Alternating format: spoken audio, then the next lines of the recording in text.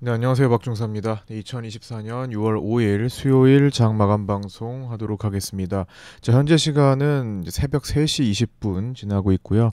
나스닥은 현재 급등해서 1.6%대 상승 나오고 있고, 우리 야간 선물은 이제 한 40분 정도 남았는데요. 2.1포인트 급등해서 368.60에 거래되고 있습니다. 뭐 미국 증시를 좀 보다 보니까 또 새벽 시간이 되었는데 뭐 요 상황에서 한번 마감 영상을 녹화하고자 마이크를 켰고요. 자, 지금 캐나다 금리가 인하가 되었죠. 자, 보시다시피 어, G7 중에 처음으로 피벗이 나왔습니다.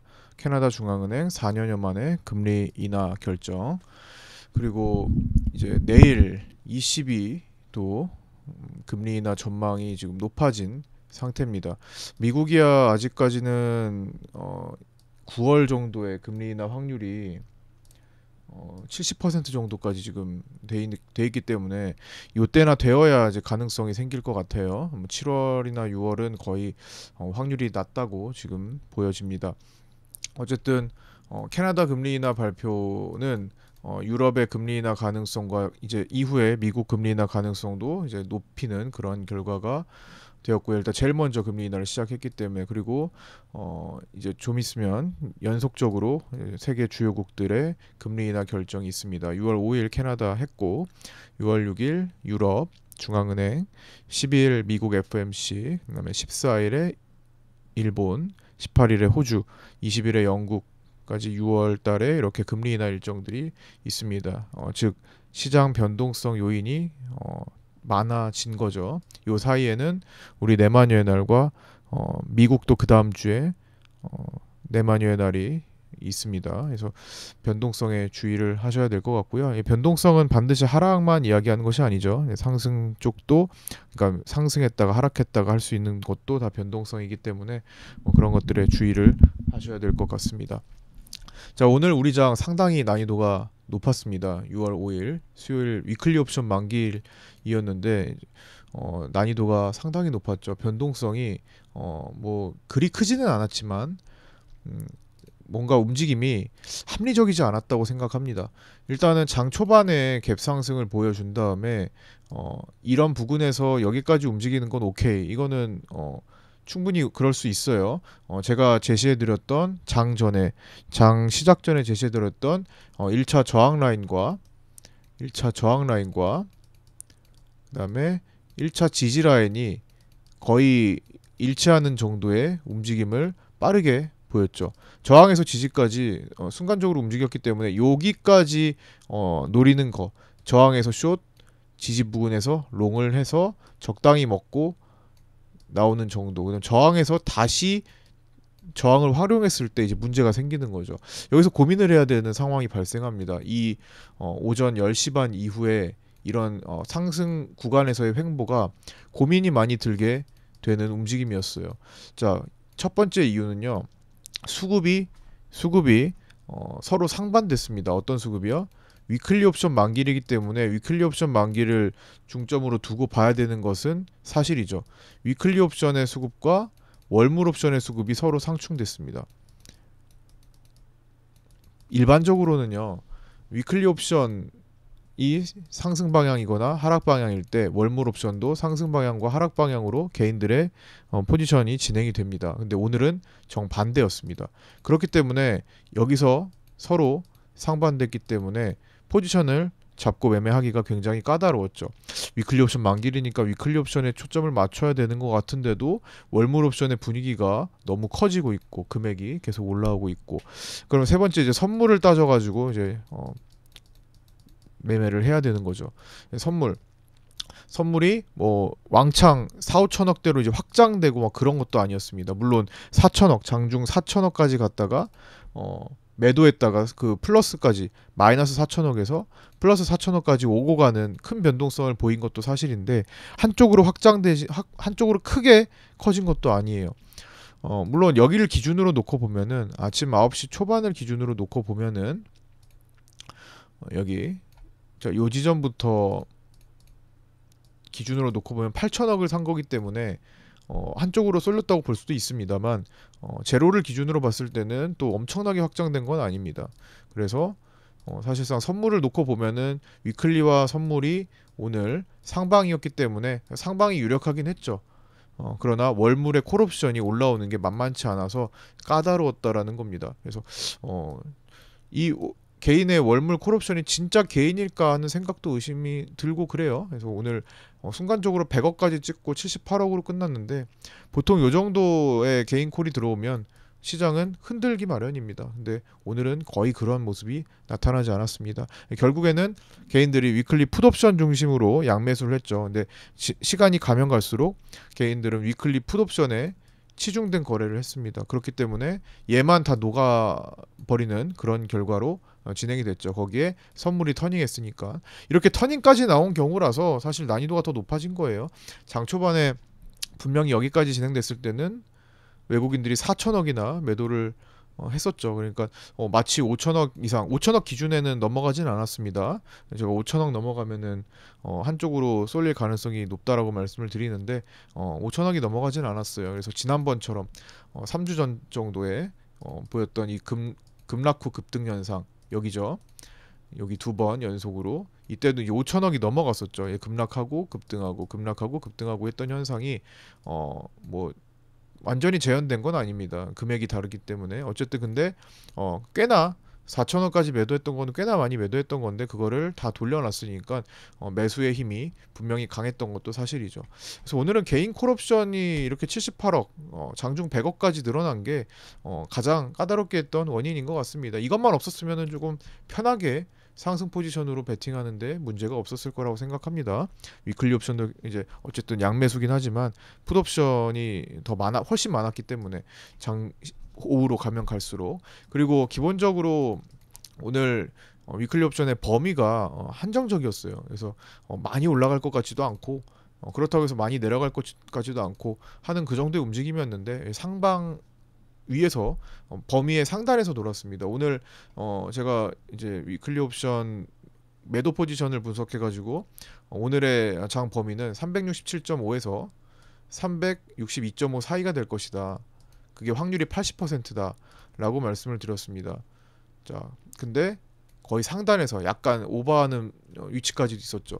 중간값이 365기 때문에 자, 여기를 기점으로 움직이는데 계속 상승 구간에서 놀았어요. 이게 위클리 옵션을 풋 옵션을 잡기 위해서 더 위에서 노는 거죠. 그리고 선물 외국인들의 매수가 더 강했던 거고 어쨌든 종가로는 다시 떨어지면서 범위 안에는 들어와서 마감을 한 겁니다. 그래서 금융투자의 콜옵션 매도가 결국에는 승리를 하게 되긴 했습니다. 367.5 콜에 대해서는요.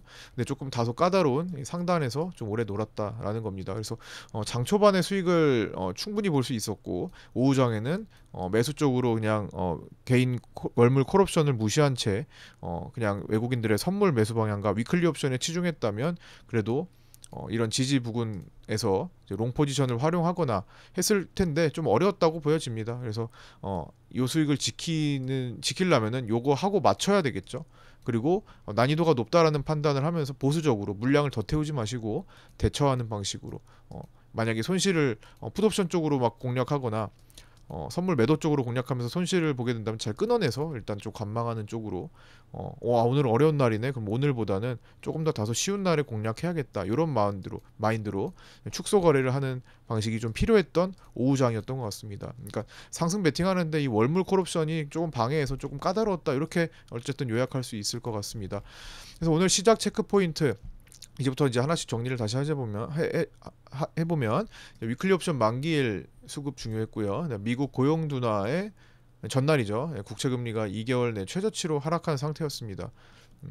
그래서 야간 샘물이 상대적 강세를 보였고, 그래서 수요일 아침은 이제 갭상승을 하면서 이제 갭상승은 이 시장 방어에 중요한 역할을 한다고 말씀을 드렸었죠.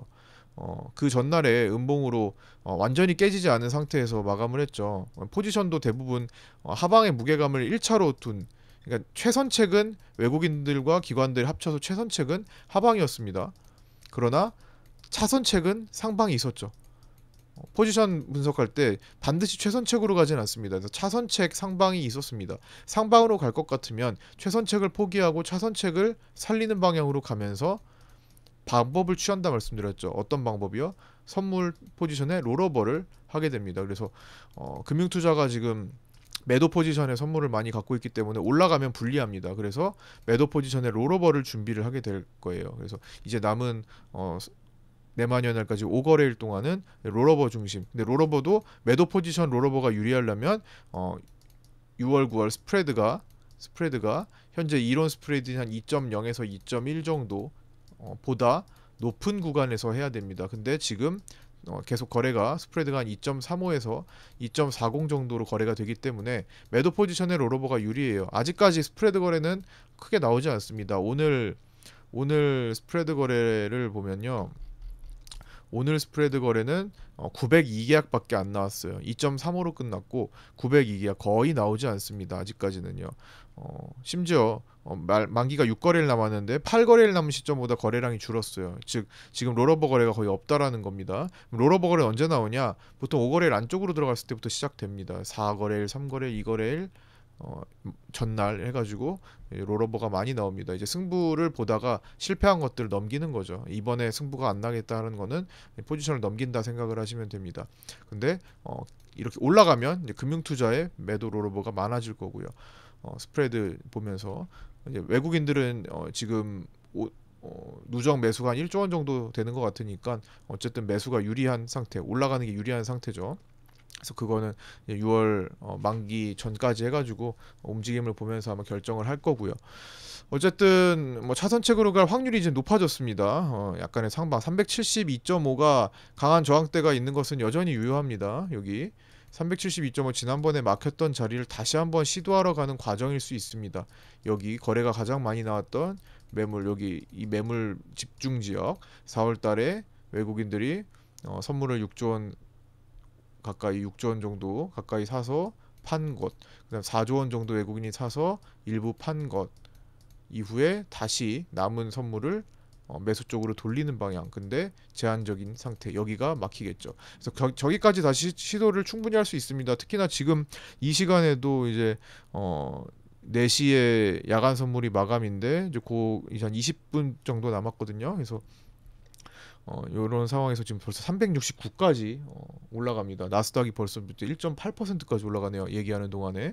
그래서 이런 상태가 만약에 6월 6일에도 흐름이 유지된다면 갭상승은 크게 나올 수 있겠죠. 그래서 갭상승이 크게 나오면 여기가 안착이 됩니다. 지금 오늘 우리장이 절묘하게 이런 상태에서 마감을 했어요. 그렇죠?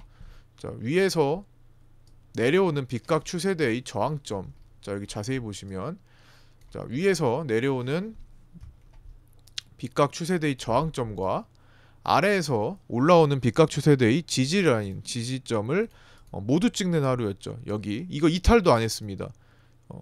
지금 이날이 이제 최저가가 되고 나서 돌리는 과정에서 밑으로 깨지기 전에 다 반등이 나왔어요. 이탈 없이 반등 나오고, 그렇다고 해서 당일 돌파까지 나오지 않고 찍고 터닝. 물론 위클리 옵션 만기이기도 했지만 그 상태에서 갭상승이 크게 벌어질 수 있는 조건이 되죠. 여기서는 미국 증시가 만약에 강하지 않았다면은 여기서 양쪽으로 크게 벌어질 수가 있는 자리가 된 거죠. 위아래를 다 찍었으니까요. 그래서 어느 쪽으로 가냐, 지금은 어쨌든 하루를 더 봐야 되겠지만 상방 출발이 유력해진 상태가 됐습니다. 그러면 372.5 부근에 있는 강력한 저항대를 한번 두들길 가능성이 생겼겠죠. 다만 현충일을 우리 쉬는 동안에 나스닥이 다시 원위치로 돌아오거나 급락을 하면 이거는 오늘 야간에 상승한 것은 어느 정도 되돌려서 다시 또 치열한 구간이 만들어지겠죠. 완전히 상승을 해서 여기를 이제 안착을 하는 경우가 안 되고 다시 사이에 끼어서 거래를 하게 될 겁니다. 그래서 뭐 어떻게 되든 간에 그걸 맞게 풀어가야 될 거고, 지금은 여기서 내려오는 요 상승 추세에 요 하락 추세와 여기 상승 추세를 모두 넘어서는 가능성이 생겨버렸다라고 생각을 해주시면 될 것 같습니다. 특히나 이제 삼성전자 삼성전자가 이제 엔비디아에 HBM을 공급할 가능성이 높아지니까 이제 시간에 급등이 나왔었죠. 그 다음에 오늘 갭도 뜨고 결국엔 종가로도 2.7% 상승 마감을 했습니다. 이제 거기에 따라서 시장이 또 강할 수 있었던 거고요. 삼성전자가 만약에 시간에 뜬 상태에서 이제 갭상승 출발해서 계속 밀리기만 했다면 오늘 장은 음봉으로 끝났겠죠. 근데 삼성전자에 대한 기대감이 계속 붙어 있는 상태로 오늘 강할 수 있었고요. 코스닥 쪽에서는 2차 전지 강세가 있었습니다. 2차 전지 KRX 2차 전지 지수가 4.37% 급반등했죠. 요 흐름을 보시면 거의 지금까지 거의 에코프로 BM이나 이런 것들 계속 내려왔잖아요. LG 에너지 솔루션이나 그래서 많이 내려왔었는데 이제 여기서 급반등이 나왔다. 이걸 뭐 계속 쭉쭉 돌파할 수 있을지 아니면은 일시적인 여기 일시적인 추세에서 약간 기술적 반등이 나온 건지 모르겠지만 어쨌든 강한 반등이 나왔고 그런 종목들이 특히 에코프로비움과 LG 에너지 솔루션 등이 영향을 많이 미쳤다라는 거. 그 다음에 또 특이 섹터에 이제 동해 석유 테마에 합류한 철강, 시멘트 주들의 급등세가 있었습니다. 오늘 일부 종목들은 조정이 좀 많이 나왔는데 또 새로운 철강과 시멘트 쪽에서 급등이 나왔습니다. 넥스틸, 동양철관이 전체 대장인 것 같아요. 점상이 나왔었던 거니까 고려시멘트, 삼표시멘트까지 테마에 편승하면서 이 테마 자체가 이게 뭐 진짜 있든 이게 성공을 하든 안 하든 당연히 성공했으면 좋겠지만 성공 여부와 관계없이 돈이 실릴 가능성은 있습니다. 그러니까 초전도체 섹터를 한번 비교를 해보시면 어느 정도 테마에 대한 옛날에 대북주도 그렇고요. 그게 성공 여부 어쨌든 기대감에 돈은 들어오는 거니까 성공 여부와 상관없이 초반에는 기대감으로 돈이 붙어서 이것저것 골고루 올라갈 수도 있습니다. 다만 거기에서 중간에 이제 흔드는 과정 속에서 한번 이제 접고 갈 수도 있고 이제 흔드는 과정 속에서 엇박자로 꼬이지 않으셔야 한다라는 것 정도 그런 것 정도만 생각하시면 될 것 같습니다. 어쨌든 뭐 여기 이 기간은 좀 오래 걸릴 거고 뭐 한 적어도 몇 개월 정도는 여기에 시선이 쏠릴 가능성이 높겠죠. 확실하게 아니다라고 판명이 될 때까지는 아마 그래도 계속 시선이 쏠리지 않을까 생각을 해봅니다. 그러나 굴곡이 굉장히 많을 수 있어요. 털고 가고 하겠죠. 그런 점 인지해 주시고 괜히 엇박자 타지는 않아야 되겠다라는 거 생각해 볼 수 있습니다. 자, 오늘 프리장 때는 이제 개인들이 위클리 양매수 출발을 했고요. 이제 점차 풋옵션 중심으로 시장 상승이 일어난 하루였고요. 시간대별 위클리 옵션 만기일 추정 범위는 이제 쭉 위만 닫고 있다가 10시 12분부터 362.5부터 367.5로 5포인트 범위로 좁혀졌습니다. 그리고 계속 상동 써놨는데 1시 44분에 같지만 다소 367.5 콜 쪽 문의 힘이 약해지긴 했다라고 말씀드렸습니다. 유리문 정도 되는 것 같다. 그래서 오후 2시 정도 됐을 때 그 자리가 깨졌었죠. 오후 2시 반 정도에 깨졌죠. 그래서 일시적으로 좀 돌파했다가 내려오는 그런 모습이 나타났고요. 장중 살짝 367.5 돌파가 나왔지만 결국 종가로는 금융투자의 367.5 콜매도가 방어되면서 결국 승리했다라는 거.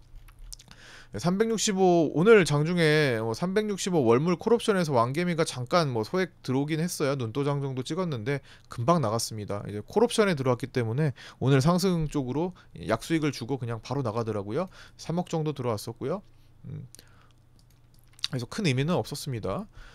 그 다음에 이거는 이제 시간대별로 장중 라이브 방송 때 같이 적어놨던 겁니다. 10시 17분 현재 삼성전자가 코스피를 15포인트를 올려놓고 있는 이제 기여도가 꽤나 높았죠. 비중이 시총이 큰 삼성전자가 움직임이 컸기 때문에 기여도가 상당히 높았습니다. 이게 무슨 말이냐? 삼성전자를 빼고 코스피를 산정하면은 15포인트가 빠진다라는 겁니다.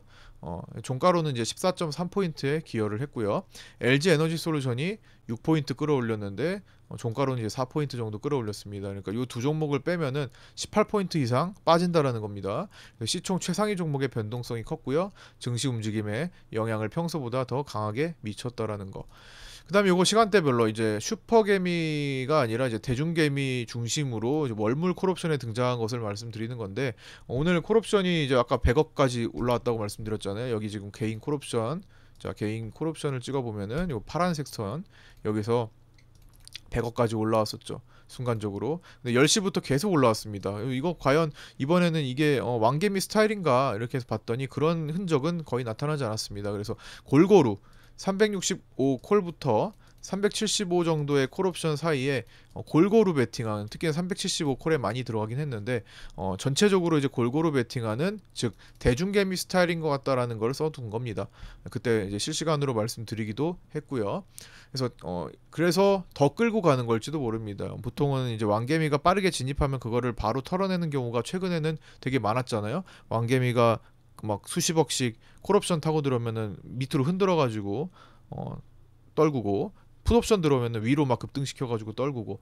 이거는 제 영상에 이제 라이브 다시 보기 해가지고 몇 개 영상을 올려놨었습니다. 그거 한번 밑에 찾아보시면 있을 거고요. 어쨌든 근데 오늘은 대중개미 스타일로 태우고 그냥 유지를 하네요. 그래서 요 물량이 나중에 어떻게 될지 한번 잘 주목해봐야 될 것 같습니다. 이거는 콜 매도를 줄이는 게 아니라 신규 매수 베팅으로서 현재 수익 중으로 알고 계시면 될 것 같습니다. 현재 개인들의 월물 콜옵션은 평가 수익 및 실현 수익을 본 상태다라고 생각하시면 되고요. 2시쯤에 이제 100억을 찍고 터닝해서 종가로는 78억이나 매수로 마감을 하는 모습 나타나고 있습니다.